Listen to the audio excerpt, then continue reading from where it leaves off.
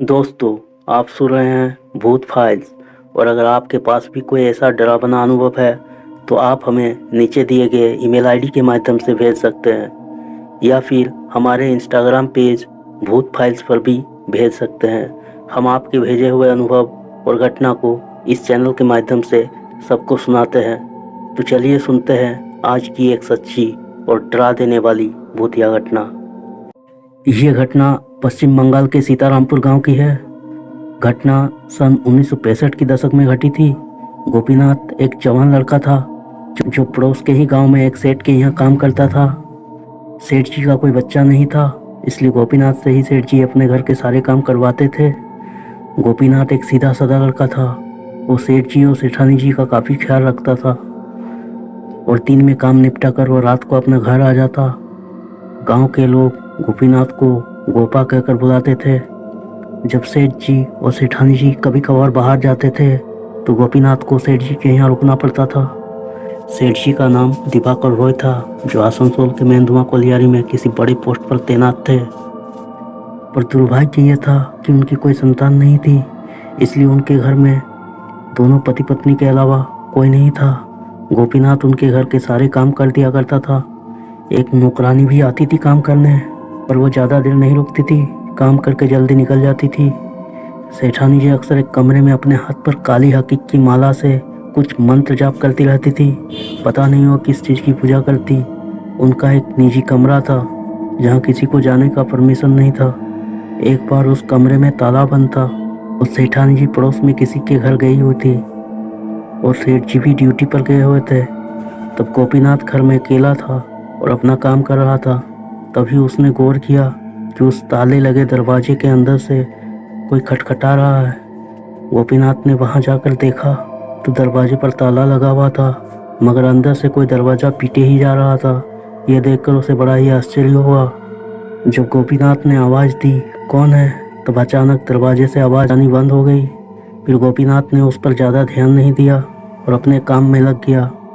फिर कुछ देर बाद सेठानी जी आ गई। जब सेठानी जी आई तो गोपीनाथ ने बताया कि चाची जी, आपके उस बंद कमरे से किसी के दरवाज़ा खटखटाने की आवाज़ आ रही थी। जिसे सुनकर सेठानी जी ने हंसते हुए कहा, अरे उस रूम में रोज एक बिल्ली आती है, शायद मैंने देखा नहीं और उसको अंदर ही बंद कर दिया, शायद इसीलिए वो दरवाज़ा नोच रही थी।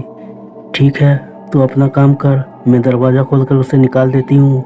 यह कहकर सेठानी जी अंदर चली गई और गोपीनाथ अपने काम में व्यस्त हो गया। सब कुछ ठीक ठाक ही चल रहा था, मगर एक दिन कुछ ऐसा हुआ जिसके बाद गोपीनाथ उस घटना को याद करके आज भी कांप उठता है। मई का महीना था। शाम को अक्सर आंधी तूफान आते थे तो घर के काम कुछ ज़्यादा ही होते थे। एक दिन की बात है, ऐसे ही दिनों में एक बार सेठ और सेठानी अपने रिश्तेदार की शादी में जा रहे थे तो सेठ जी ने कहा, अरे गोपा, आज रात तुम यहीं रुक जाओ, हम दोनों कल लौटेंगे। तुम घर पर ही रहना और खाना खाकर पीछे के रूम में जाकर सो जाना। हम लोग वर्णपुर जा रहे हैं। ये कहकर दोनों चले गए। गोपीनाथ घर के काम में व्यस्त हो गया। उस शाम बहुत तेज आंधी आई और तेज बारिश भी हुई। घर के पीछे चारों ओर से 6 फीट की बाउंड्री थी। बागान में कुछ फूलों के पौधे थे और 2-4 बड़े पेड़ भी थे। उसे जिस रूम में रहने के लिए कहा गया था, उस रूम की खिड़की से घर के पीछे का पूरा नज़ारा देखा जा सकता था। बाउंड्री के अंदर वैसे भी किसी चोर का आना संभव नहीं था, क्योंकि बाउंड्री के ऊपर कांटों वाले तार लगे हुए थे। इसलिए रात में गोपीनाथ निश्चिंत होकर सो रहे थे। आधी रात जब उसकी नींद टूटी और वो पानी पीने के लिए उठा, तभी उसे एक अजीब सी आवाज़ सुनाई दी। वो आवाज़ बड़ी ही विचित्र थी। ऐसी भयानक आवाज़ उसने अपनी पूरी ज़िंदगी में नहीं सुनी थी। आवाज़ खिड़की के बाहर बागान की तरफ से आ रही थी। अब तक आसमान पूरी तरह से साफ हो चुका था। आधा चांद आसमान में साफ नज़र आ रहा था। इस चांद की रोशनी में उसने देखा कि बाउंड्री के एक कोने पर कोई 8-9 फीट लंबा इंसान जैसा कुछ खड़ा है, जो कि उसकी तरफ ही आ रहा था। जब वो थोड़ा और करीब आया तो गोपीनाथ ने जो देखा, उसे देखकर डर के मारे उसकी रूह कांप गई। वो जो भी था, वो आवाज़ उसी से निकल रही थी। उसका सिर मानो किसी पेड़ की जड़ जैसा था और मानो उसके सिर से बहुत सारी जड़ें निकली हुई थी। उसके सिर पर 6 आंखें थी जो काफ़ी बड़ी बड़ी थी।